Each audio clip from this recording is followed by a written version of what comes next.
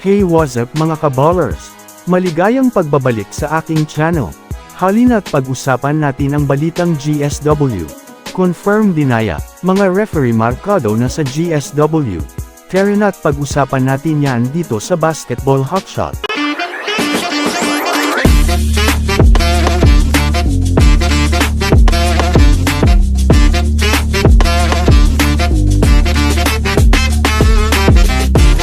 Una nga tayong ako mga kabowlers sa balita patungkol sa kupunan ng Los Angeles Lakers.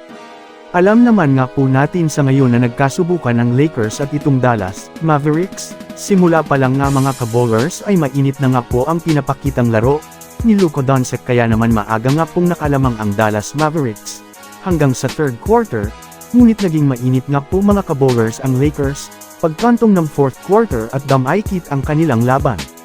Ngunit sa kasamaang palad mga kabowlers nakagawa na po itong si Kyrie Irving ng clutch 3-pointer at nagrason sa pagkatalo ng Lakers ngayon. Nagtapos nga ang score sa 101-104 na pinangunahan naman ni Luka Doncic.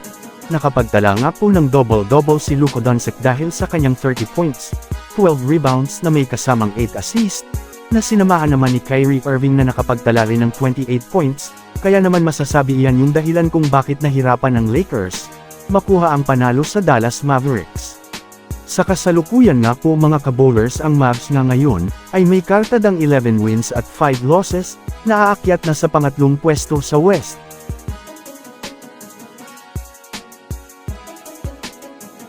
Samantala dito naman tayo sa naging laban ng Golden State Warriors at ng kupunan ng Phoenix Suns.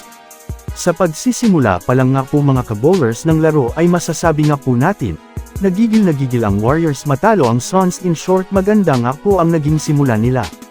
Ngunit pagdating nga po mga kabowlers ng second quarter ay dito na nga po, nagsimulang umarangkada ang opensa ng Phoenix Suns, at matambakan ng Golden State Warriors.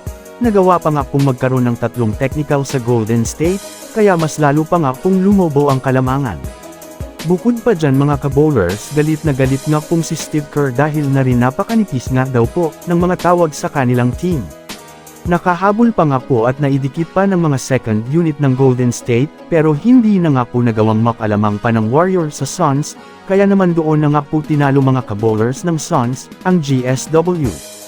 Kung susumadahin nga natin sa nangyaring laro nga po mga kabowlers ay masasabi natin, napakahina ng depensang ipinakita ng Golden State. Samahan mo pa mga kabowlers nang palagi silang talo sa rebound, kaya naman madali lang sa Suns na makakuha ng puntos. Kaya naman yan nga po ang naging rason sa pagkatalo ng Warriors ngayon sa kupunan ng Phoenix Suns. So that's it for today's video mga kabowlers. Yan lang ang ating pag-uusapan sa ngayon. Pindutin na ang subscribe and hit nyo na rin ang notification bell para sa mga susunod na updates sa mundo ng basketball. Again, this is Basketball Hotshots. Thanks for watching.